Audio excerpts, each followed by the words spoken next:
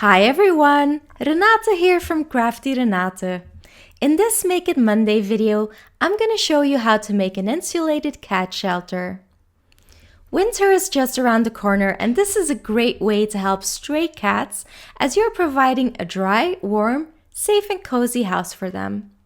Of course, you could also make these shelters for your own cats if they love being outside but you want to provide shelters for them. You're gonna need 2 plastic containers with lids that fit into each other while still leaving some space for insulation. You'll also need insulation. If you don't have any, you can also use styrofoam or even straw. Safety gloves and safety glasses are a good idea, and duct tape, a sharpie, scissors, and something circular to outline the openings for the cat house will come in handy. You'll also need insulation foam, vinyl gloves, a drill, a jigsaw, and a bread knife. Position your circular item somewhat in the middle of a small side of your big container and draw around it with a Sharpie. Do the same thing for your small container. Now you want to drill a hole into a spot on your circle to create a hole that will fit your jigsaw. Drill slowly and don't push too hard or the plastic will split. Once you're somewhat through, you can also make the hole bigger with your scissors.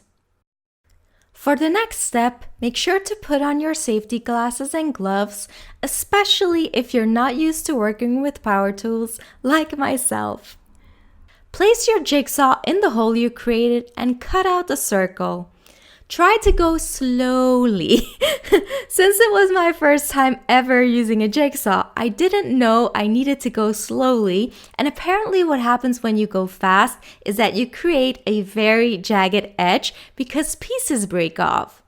I'm very embarrassed about what an awful job I did at cutting this.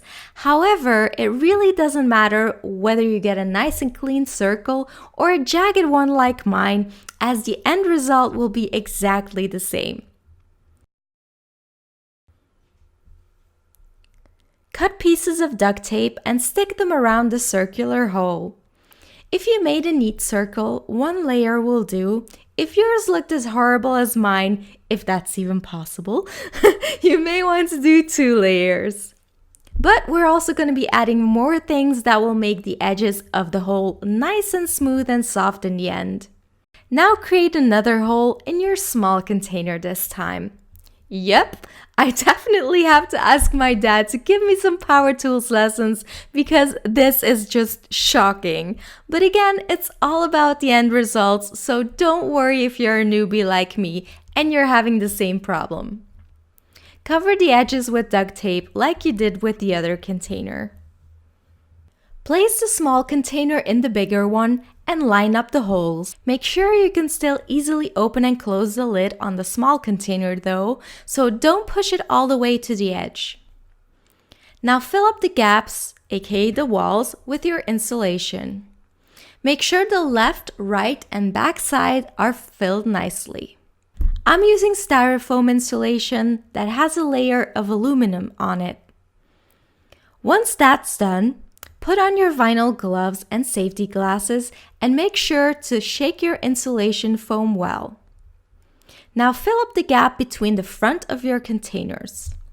The insulation will expand, so don't fill it all the way to the edge of your openings.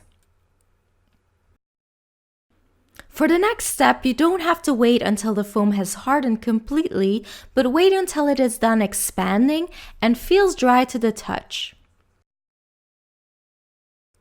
Finish off the opening by covering the edge with duct tape again. As you can see, you now have a perfectly soft, smooth edge, and however badly you may have cut your circles in the beginning, it doesn't matter anymore. Now all that's left to do is to make the inside of the cat house warm, dry, and comfortable too. You can use a blanket or a pillow, but even better is straw as it stays dry better and it also retains warmth. I'm also adding a cat toy that has catnip in it to make going in there even more enticing.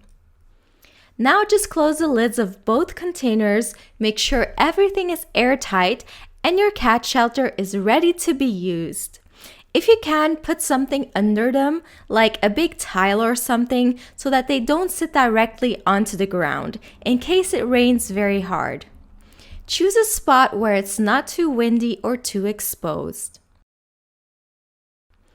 I hope you enjoyed the video. Don't forget to like the video if you did, and subscribe to my channel if you haven't already. Thank you so much for watching, and I'll see you soon with my next video. Bye!